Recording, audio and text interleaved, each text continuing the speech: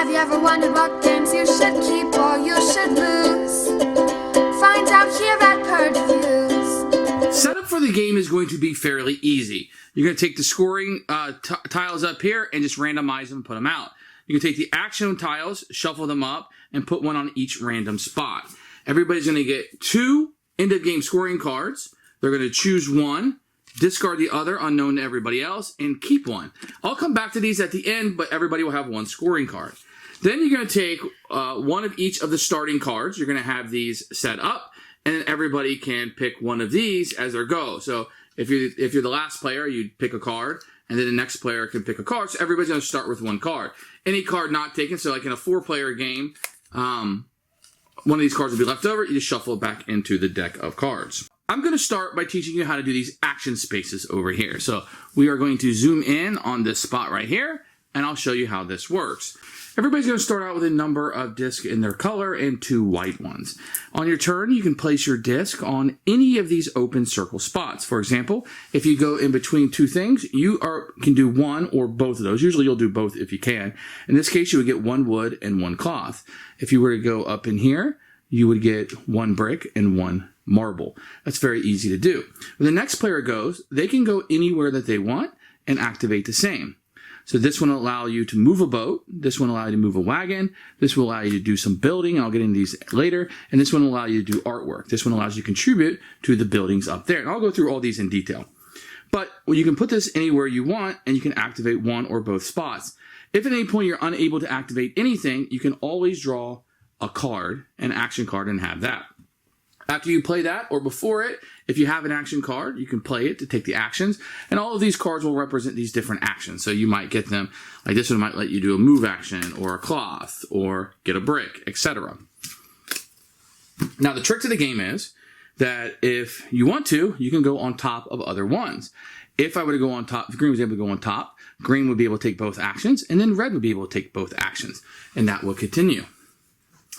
If a white goes onto a location, the white gets to take both actions twice. So get 2 bricks, and you could sell the boat twice. But when somebody goes on top of it, whoever placed the white will not activate again, like you would if you placed your color. If there's ever 4 of these placed on it, only the top 3 will activate. So in this case, red will activate, white won't activate because it's white, and then green will activate. Red will come off on the bottom, and will come up to the next scoring thing, and these will score in this kind of rows. So this one will score first, then this one, then this one, then this one. And this will allow you to know what's about to score and what has already scored as the game progresses. But let's go back down here. All of these actions are also seen on your player board. So if you get one of these, it just gives you an item, you get the cube. The build action, you can take 2 wood and buy a boat. If I had 2 wood in my warehouse, I can eliminate those 2 wood, and I simply place a boat in my water. And I can have up to 3 boats, because that's the limits that I have. The next one would be if I had 2 brick. So let's say I had 2 brick here. I could then build one of my trade houses. And you'll see that action right here. 2 brick to build a train house. I'd give up my 2 brick that I had, and then I would go over on the board to one of these locations. Doesn't matter. I mean, they'll matter based on scoring, but any of those are available, and I simply place my house there. I can only have 1 house in each location. Keep in mind, there's only a spot for 3 houses. So that's what that will allow me to do. Then, if you look here, it says I can have, for 1 wood and 1 brick, so if I had a wood and a brick here, and I wanted to spin those 2 bricks, I could, and then I could build another warehouse here. So that's kind of how getting resources and building things would occur. So 3 things I could build would be the house, I could build possibly a ship, or I could build an additional warehouse. Now, but why would I want these things? So let's talk about this for a second. So the first one would be cloth. If I were to activate the cloth action, I can put a cube in each of these warehouses for each warehouse that I have. So since I only had 2, I could place 1 in each. Had I only had the 1 warehouse and I took the cloth action, I would only gain 1 cloth. So having more houses allows the cloth action to be more powerful. So that's why you would build more cloth. I'll tell you later what you do with cloth, but no, that's a way you can gain more cloth. Now, for each ship that I have, This is very important. So let's say I had 2 ship, and I took the ship action, and I did have some cloth up here. Remember? I just took the cloth auction, and now I have 2 cloth, and I have 2 ships. Then what I could do is I can take those, if I were to take the sale action, and I could take those cloths to 2 different locations, or the same location, and put these out on the board. Obviously, these are going to score me points. I'll explain that in a few minutes, but that is how you get them out on the board. And then the same would be true of the wagon action, except for it would utilize my houses. So if I had cloth up here, and I had a house out on the board, and let's say I had 2 cloth, but I only have 1 house, and I took the wagon action, I could deliver 1 of these to the location that I am at.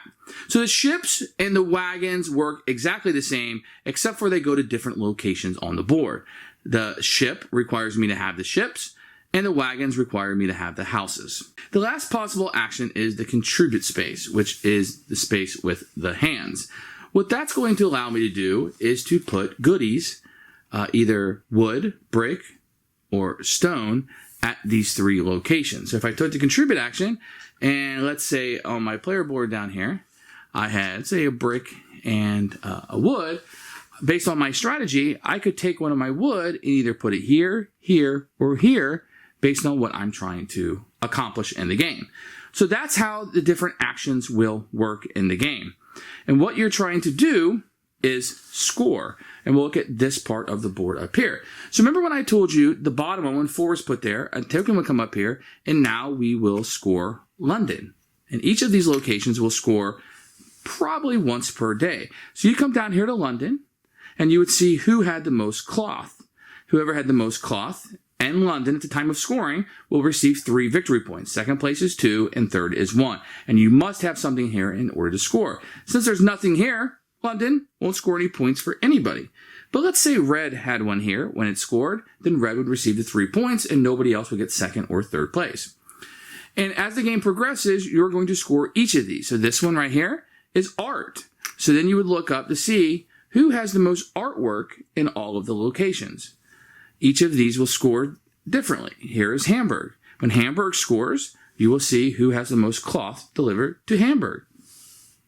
You would see who has the most stone at these locations up here. So each one of these will score. You'll know when they'll score and about when they'll score. And as these things come closer to scoring, you'll kind of want to be in a situation where you want to start preparing for those. Remember how I told you everybody had a scoring card? Well, this is going to score at the end of the game. So what you want to see, if I had this scoring card, everybody's going to score for it if I have it. So the Palazzo Vecchio, I want to see, in that particular location, who has the most artwork here. Whoever has the most artwork will score 5, 3, or 1, depending on what place that they're in. And everybody's going to get one of these cards, so they're going to have information about at least one place that will score, and to have a little bit of information. And as people make moves on the board, you start to see that that information becomes alive, and more people are knowing about it. The game can end in one of 2 ways. If nobody has any more of these to place, the game will be over, or once all the spaces have scored. At that point, whoever has the most points will be the winner of the game. There's a couple more tweaks to the game. For example, the artwork spot here allows you to take any marble that you have. You would gain marble down here and put it out into the art locations. So let me give you a general rundown of the game. The game is going to be a lot about going over here and taking your actions.